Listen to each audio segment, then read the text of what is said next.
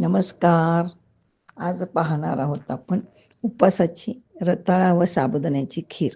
त्यासाठी लागणार आहे आपल्याला अर्धा किलो रताळे, म्हणजे असे मोठे 3 रताळे होतात आणि हे अशा प्रकारे खिसून घ्यायचे, म्हणजे खाली पाणी ठेवल्यानंतर खिसल्यानंतर ना काळे पडत नाही त्यामुळे.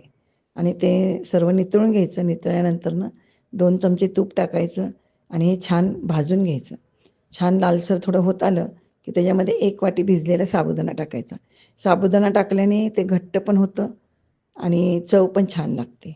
आणि 2 चमचे ते दुधामध्ये थोडं केशर भिजू घातलेलं आहे आणि हे छान परतून झाल्यानंतर त्यामध्ये मी अर्धा ते पाऊण लिटर दूध टाकलेलं आहे. शिळं दूध टाकायचं, म्हणजे त्यात साई असते तर ते छान लागतं. 1 वाटी साखर टाकली आणि केशरचं दूध टाकलं. हे ड्रायफ्रूट्स मी तुपामध्ये तळून घेत आहे. तळलेले ड्रायफ्रूट्स खूप छान लागतात. मग ड्रायफ्रूट टाकल्यानंतर थोडी चवीपुरती वेलची पूड टाकायची आणि ही झाली आपली छान साबुदाणा आणि रताळ्याची खीर तयार.